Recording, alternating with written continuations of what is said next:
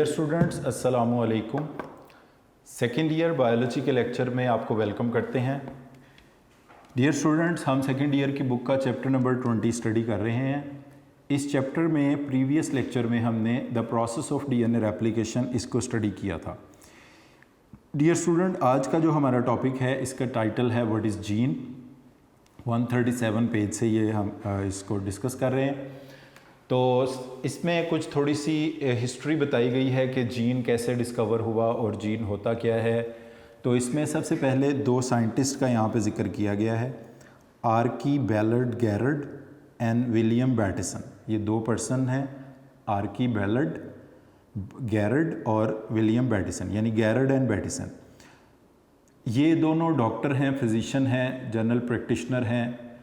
1902 के अंदर इन्होंने ऑब्ज़र्व किया कि इनके पेशेंट्स में कुछ ऐसी बीमारियां हैं, कुछ डिजीज़ हैं जो फैमिली में चल रही हैं। यानी अगर वो डिज़ीज़ किसी पर्सन को है तो ये देखा गया उनके बच्चों में से भी किसी को है। फर्स्ट जनरेशन के बाद सेकंड जनरेशन में कोई बच्चा अफेक्टेड है या कोई नहीं है, थर्ड में कोई अफेक्टेड है या नहीं है। तो यानी इनको ऑब्ज़र्वेशन ये थी कि ये डिजीज़ जो हैं फैमिली में रन कर रही हैं। इसका मतलब ये है कि इन डिजीज़ की जो कॉज है वो हेरिटेबल है। वो बच्चे, अगर कोई सफ़रर है, वो कहाँ से कॉज इनहेरिट करता है, अपने पेरेंट्स से उसकी कॉज इनहेरिट करता है और आगे अपने ऑफस्प्रिंग में भी पास कर सकता है। और इनका ये कहना था, इनकी ऑब्ज़र्वेशन ये थी कि ये डिजीज़ जो हैं ये मेंडेलियन ट्रेड्स की तरह हैं। मेंडल का जिस तरह लॉ ऑफ सेग्रीगेशन और लॉ ऑफ इंडिपेंडेंट असॉर्टमेंट है, उसमें डोमिनेंट जीन है, रिसेसिव अलील है। तो जब वो बीमारी के अलील किसी बच्चे में इकट्ठे हो जाते हैं वो सफ़र कर जाता है, किसी में नॉर्मल जीन आ जाते हैं तो वो सफ़र नहीं करता। तो ये कुछ थोड़ा सा इंट्रोडक्टरी पार्ट है, ये ज़रा बुक से देख लें। फिर एक डिज़ीज़ है, हम इसको डिस्कस करते हैं। Archibald Garrod and William Bateson concluded in 1902 that certain diseases among their patients were more prevalent मतलब कॉमन है in particular families. By examining several generation, यानी उसने 1, 2, 3, 4, 5 जनरेशन उनकी ऑब्ज़र्व की फैमिलीज़ की। Garrod found that some of the diseases behaved as if they were the products of simple recessive allele, जो Mendel का काम था। मेंडल का ये कहना था कि हर कैरेक्टर को कंट्रोल करने के दो अलील होते हैं, एक मदर से बच्चे में आता है, एक फादर से आता है। तो अगर वो रिसेसिव अलील किसी बच्चे में इकट्ठे हो जाते हैं तो गैरड का कहना था वो बीमार हो जाता है। अगर रिसेसिव अलील किसी बच्चे में इकट्ठे नहीं होते तो वो बीमार नहीं होता। इसका मतलब है ये डिजीज़ जो हैं वो फैमिलीज़ में रन कर रही हैं और हेरिडिटी फैक्टर्स इनकी वजह बन रहे हैं। He concluded that these disorders were Mendelian traits and that they had resulted from changes in the heredity information। किसी वजह से हेरिडिटी इन्फॉर्मेशन जो अब हम जानते हैं कि वो डीएनए होता है, उसमें चेंज की वजह से ये एंसेस्टर्स में चेंज आया, वो बच्चों में ट्रांसफ़र हुआ और जब बच्चों में वो रिसेसिव अलील इकट्ठे होते हैं तो वो इससे अफेक्टेड हो जाते हैं। Garrod investigated several of this disorder in detail. उसमें से एक डिसऑर्डर जो हम डिस्कस करने जा रहे हैं वो है एल-कैप्टोन्यूरिया, और इसका शॉर्ट क्वेश्चन भी पूछा जाता है, व्हाट इज़ एल-कैप्टोन्यूरिया। तो एल-कैप्टोन्यूरिया एक ऑटोसोमल डिसऑर्डर है, ऑटोसोमल रिसेसिव ट्रेट है, ऑटोसोमल रिसेसिव ट्रेट है। इसका मतलब है इसके जीन्स ऑटोसोम्स पर मौजूद हैं और वो रिसेसिव हैं, यानी अगर किसी पर्सन में वो 2 रिसेसिव जीन मौजूद होंगे तो वो फिर एल-कैप्टोन्यूरिया से अफेक्टेड होगा। तो इस डिसऑर्डर में, इस डिज़ीज़ में होता क्या है कि एक कंपाउंड जो हमारी बॉडी में पैदा होता है इसको हम कहते हैं होमोजेंटिसिक एसिड। ये हमारी बॉडी में एक मेटाबोलाइट के तौर पर पैदा होता है। नॉर्मल पर्सन्स में क्या होता है, नॉर्मल पर्सन्स में एक एंजाइम इसको मेटाबोलाइज कर देता है, इसको तोड़ देता है। इसका मतलब है होमोजेंटिसिक एसिड बॉडी में ख़त्म हो जाता है। और जो पर्सन सफ़र करते हैं फ्रॉम एल-कैप्टोन्यूरिया,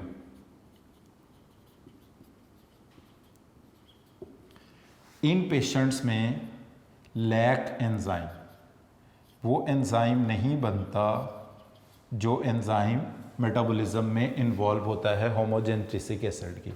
तो इसकी वजह से ये होमोजेनेटिसिक एसिड पहले ब्लड में इकट्ठा होता है, ब्लड से फ़िल्टर होकर ये यूरिन में आता है, और ऐसा पर्सन जब यूरिनेट करता है तो इसके ब्लड में क्योंकि मौजूद होता है होमोजेनेटिसिक एसिड, तो जैसे ही इसका ब्लड जो ये पर्सन यूरिनेट करता है, ये ब्लड एयर को एक्सपोज होता है, एयर में से ऑक्सीजन को एक्सपोज होता है, तो होमोजेनेटिसिक एसिड बर्न आउट हो जाता है, ऑक्सीडाइज हो जाता है, और इसके ऑक्सीडाइज होने से इसका जो यूरिन है वो ब्लैक हो जाता है। The urine turn black because of the oxidation of homogentisic acid.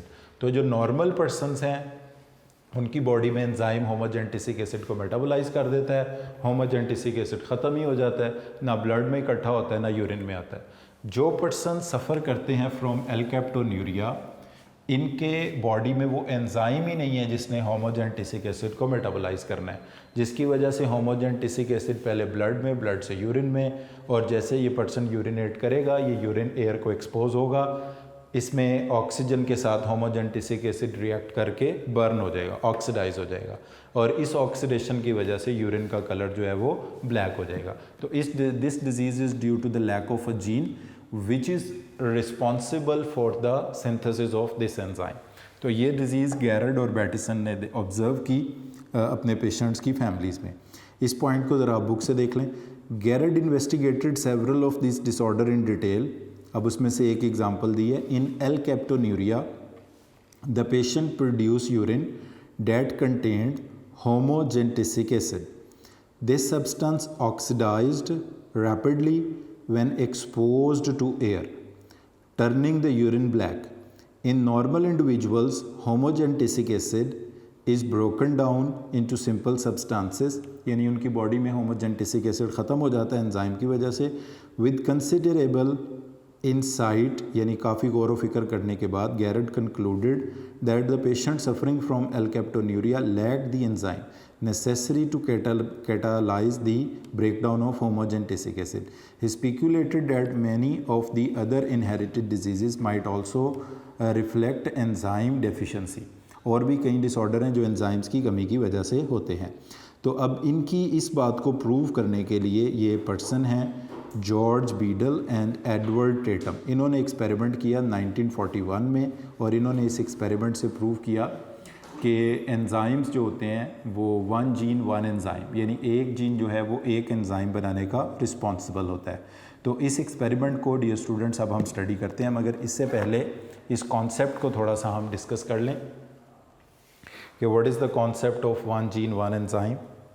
Dear students, ये एक हाइपोथेसिस है जिसको कहा जाता है one gene one enzyme.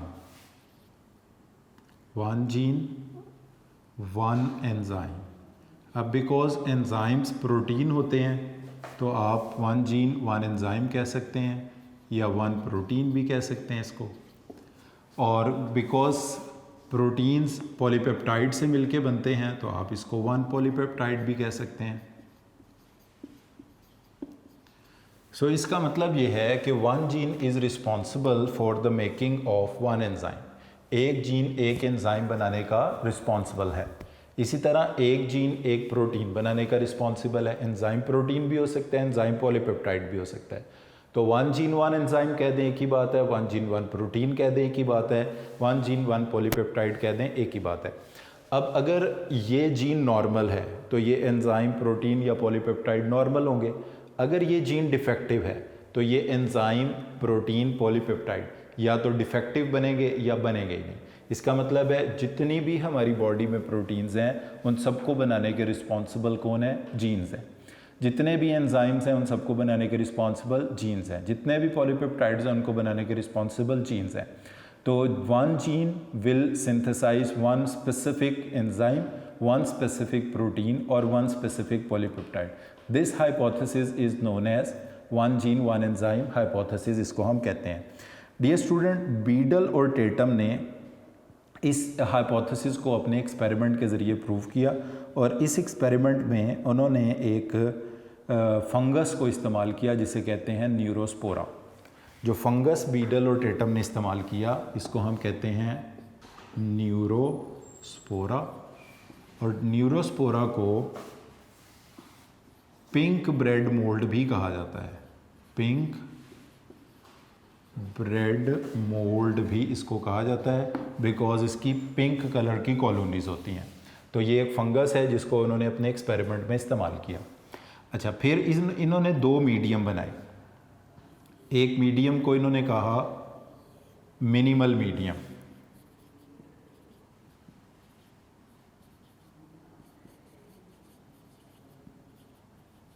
Minimal medium का मतलब होता है a medium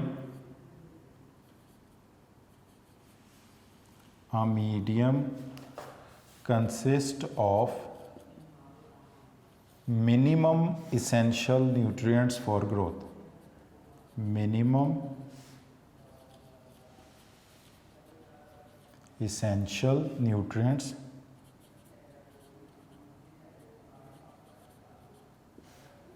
for growth. A medium which consists of minimum essential nutrients for growth is known as minimal medium. अब ये यहाँ पर हमारी बुक में बताया गया है कि मिनिमल मीडियम कितनी चीज़ों पर मुश्तमिल था। यानी देखें, अगर कोई ऑर्गेनिज़म जो है वो बिल्कुल सेहतमंद, हेल्दी, नॉर्मल है, उसको ज़िंदा रहने के लिए जो कम से कम न्यूट्रिएंट्स की ज़रूरत है, इन न्यूट्रिएंट्स को कहा जाता है, इन न्यूट्रिएंट्स पर मुश्तमिल मीडियम को कहा जाता है मिनिमल मीडियम। तो बीडल और टेटम ने अपने एक्सपेरिमेंट के लिए जो मिनिमल मीडियम प्रिपेयर किया, ये जिन चीज़ों पर मुश्तमिल था, इसमें sugar, ammonia, salts, few vitamins और पानी, 5 चीज़ें, यानी शुगर, अमोनिया, सॉल्ट्स, वाइटामिन्स और वाटर। तो minimal medium consist of sugar, carbohydrate भी कह सकते हो आप इसे, सॉल्ट्स, वाइटामिन्स, और इसके अलावा इसमें वाटर, और इसमें शुगर, सॉल्ट्स, वाइटामिन्स, वाटर, और इसमें मौजूद है अमोनिया। तो minimal medium consist of minimum essential nutrients for the growth of organism. It consist of sugar, salts, vitamins, water and ammonia. दूसरी तरफ है कंप्लीट ग्रोथ मीडियम। दूसरी तरफ एक मीडियम है, इसको कहा जाता है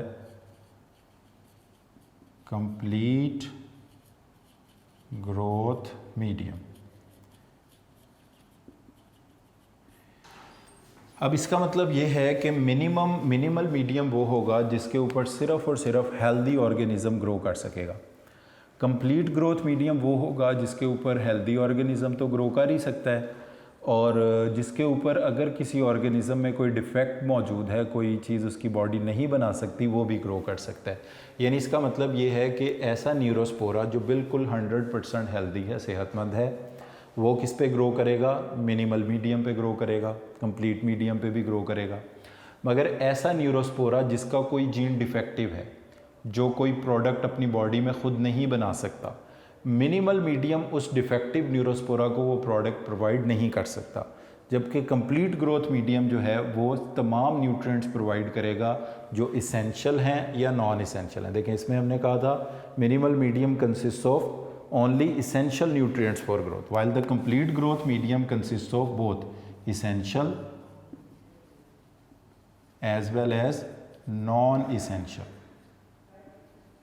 अब इसका मतलब क्या? इसेंशियल मटेरियल वो होते हैं जो हर ऑर्गेनिज्म को अपने एनवायरनमेंट से लेने पड़ते हैं ज़िंदा रहने के लिए, और नॉन इसेंशियल न्यूट्रिएंट्स वो होते हैं जो अपनी वो एनवायरनमेंट से हासिल कर लें तब भी ठीक है, वरना उनकी बॉडी खुद बना सकती है। तो what is the difference between complete growth medium and minimal medium? अब ये आपने याद रखना है। Complete growth medium consist of both essential and non essential nutrients, while the minimal medium consists of only essential nutrients for the growth of living organism। और दूसरा difference ये होगा, only the healthy organism can grow on the minimal medium।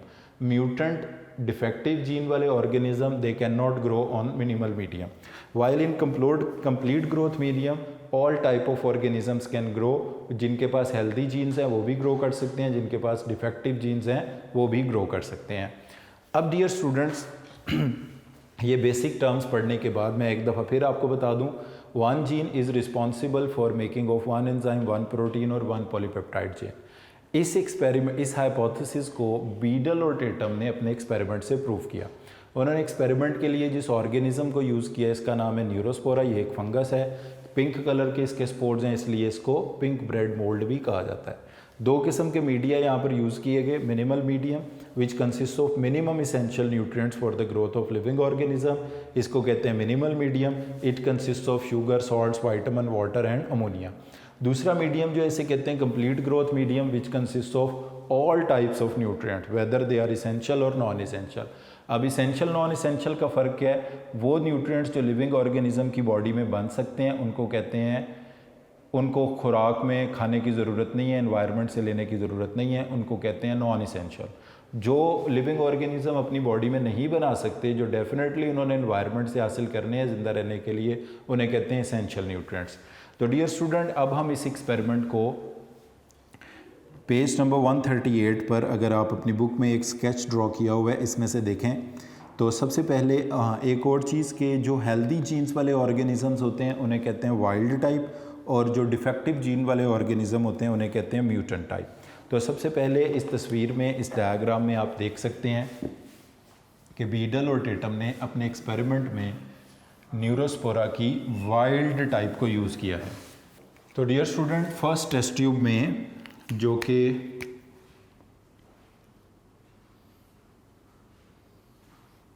इसमें जो Neurospora हैं इसको कहा गया है वाइल्ड टाइप ऑफ न्यूरोस्पोरा। इसका मतलब है ये वो न्यूरोस्पोरा है जिनके पास तमाम जीन्स हेल्दी हैं, तमाम जीन्स नॉर्मल हैं, और इनको जिस डिफाइंड मीडिया के ऊपर इनकी ग्रोथ शो की गई है वो मीडियम आप देख सकते हैं मिनिमल मीडियम है। This medium is minimal medium. अब डियर स्टूडेंट्स, यहाँ से इनके कुछ स्पोर्स लिए गए हैं, न्यूरोस्पोरा के स्पोर्स, और इनके ऊपर बम्बार्ड की गई हैं एक्सरेज। एक्सरेज जो हैं ये कॉज करती हैं म्यूटेशन।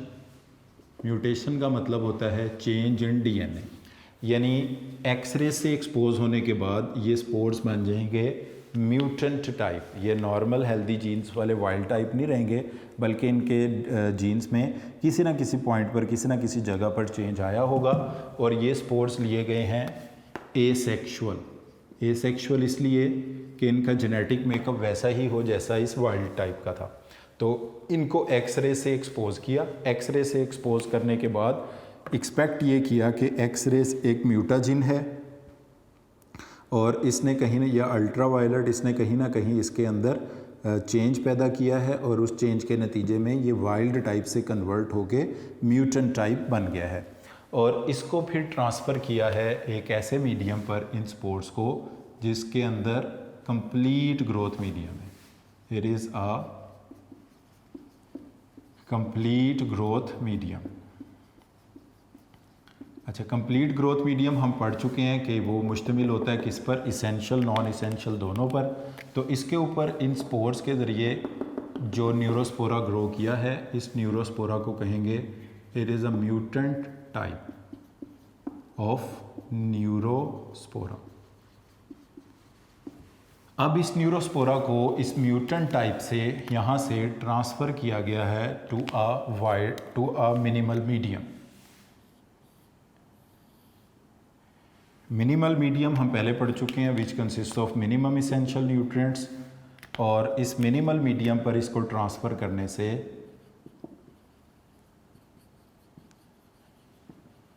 नो ग्रोथ, कोई ग्रोथ नहीं आई।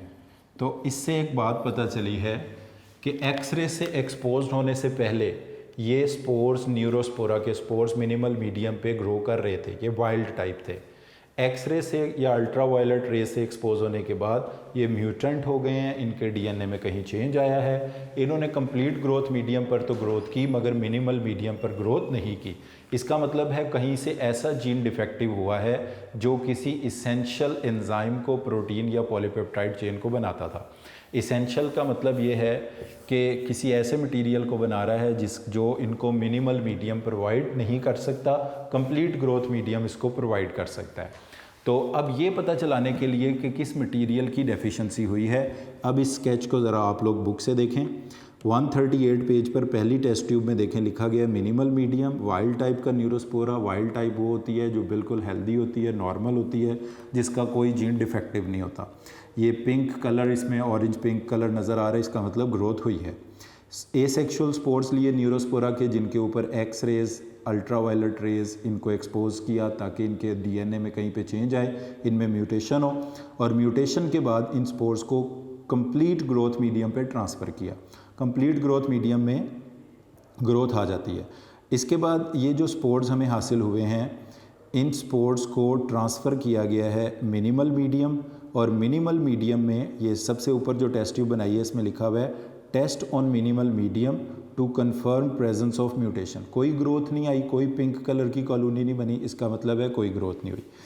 अब डियर स्टूडेंट्स, नीचे जो मल्टीपल ये टेस्ट ट्यूब्स दिखाई गई हैं, इसमें देखें लिखा गया है मिनिमल मीडिया सप्लीमेंटेड, यानी उसमें इजाफी तौर पर कोई चीज़ ऐड की गई है। वो 5 चीज़ें जो हमने पढ़ी थी, sugar, ammonia, salts, vitamins, water, उन 5 चीज़ों के अलावा कोई चीज़ ऐड करके देखा गया है कि न्यूरोस्पोरा में किस चीज़ की कमी हुई है।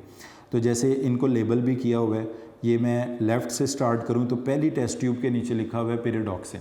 इसका मतलब है मिनिमल मीडियम के इंग्रेडिएंट्स के अलावा इसमें पेरिडॉक्सिन ऐड किया गया, और रिज़ल्ट में आप देख सकते हैं कि कोई कलर चेंज नहीं हुआ, इसका मतलब है पेरिडॉक्सिन की कमी नहीं थी, फिर ग्रोथ नहीं आई।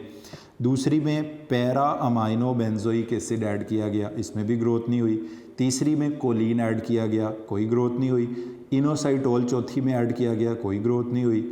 न्यूक्लिक एसिड ऐड किया, कोई ग्रोथ नहीं हुई। फॉलिक एसिड ऐड किया, कोई ग्रोथ नहीं हुई। जब आर्जिनिन ऐड किया तो ग्रोथ आ गई।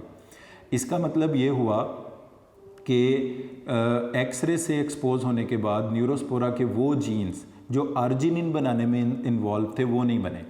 तो वो एंजाइम जो आर्जिनिन बनाने में इन्वॉल्व हैं, अगर वो नहीं बन रहे तो इसका मतलब है आर्जिनिन की बॉडी में कमी हो जाएगी। इस मिनिमल मीडियम ने, जिसको आर्जिनिन से सप्लीमेंट किया गया बिकॉज इसने आर्जिनिन प्रोवाइड कर दिया, इसमें ग्रोथ आ गई। नियासिन, राइबोफ्लेविन, थायामीन और मिनिमल कंट्रोल। कंट्रोल का मतलब है जिसमें कोई सप्लीमेंट, यानी किसी में ग्रोथ नहीं आई, सिर्फ जिसको आर्जिनिन से सप्लीमेंट किया उसमें ग्रोथ आई। तो इस बात से ये एक बात प्रूव हुई कि आर्जिनिन की कमी हुई थी एक्सरे से एक्सपोज होने के बाद। अब नेक्स्ट पेज पर भी एक तस्वीर है, अगर आप इसको अपनी बुक से देख लें, मैं इसको ड्रॉ भी कर देता हूँ कि क्रोमोसोम के ऊपर 3 जगह हैं जहाँ पर इसमें म्यूटेशन हुई है। Gene cluster 1, gene cluster 2 and gene cluster 3, यानी ये 3 डिफरेंट जीन्स हैं। उसमें किसी क्रोमोसोम में जीन क्लस्टर 1 पे म्यूटेशन हो गई, किसी में 2 पर हो गई, किसी में 3 पर हो गई। अब इसमें अगर हम ये एक क्रोमोसोम बनाते हैं, like it is a chromosome और पार्ट ऑफ क्रोमोसोम यू में से, इसके अंदर ये 3 जीन क्लस्टर्स हैं, यहाँ से यहाँ तक इट इज़ जीन क्लस्टर 1, यहाँ से यहाँ तक gene cluster 2 and this is gene cluster 3। तो ये 3 जीन्स हैं, इसमें किसी क्रोमोसोम पे 1 पे, किसी में 2 में, किसी में 3 पर म्यूटेशन हुई है। अब जो जीन क्लस्टर 1 है ये बनाता है आर्जिनिन E, 2 बनाता है आर्जिनिन F और GH। ARG एब्रीवेशन है आर्जिनिन की, आर्जिनिन E ये जीन का नाम है, आर्जिनिन F और इसके 2 हिस्से हैं, आर्जिनिन G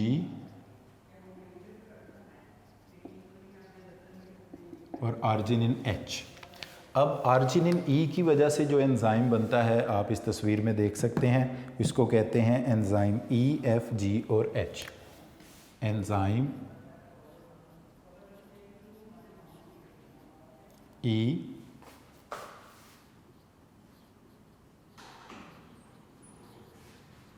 एंजाइम F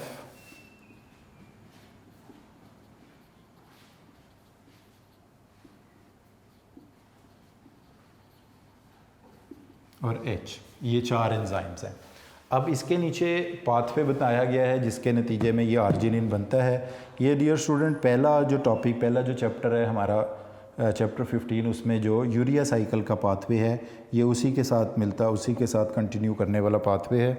इसमें ग्लूटामेट, उसके बाद है ornithine, citrulline, argininosuccinate and then arginine. तो ग्लूटामेट इसका सबस्ट्रेट है, ग्लूटामेट। उसमें अगर आपको याद हो हमने पढ़ा था उसमें यूरिया साइकिल में 2 अमाइनो ग्रुप्स होते हैं, 2 अमोनिया चाहिए होते हैं, उनमें से एक अमोनिया ये ग्लूटामेट प्रोवाइड करता है। तो जब ये अपना इसमें एंजाइम इसको कैटालाइज करेगा रिएक्शन को और इसको कन्वर्ट करेगा ऑर्निथिन में, ऑर्निथिन को कैटालाइज करेगा F, वो इसको कन्वर्ट करेगा सिट्रुलिन में,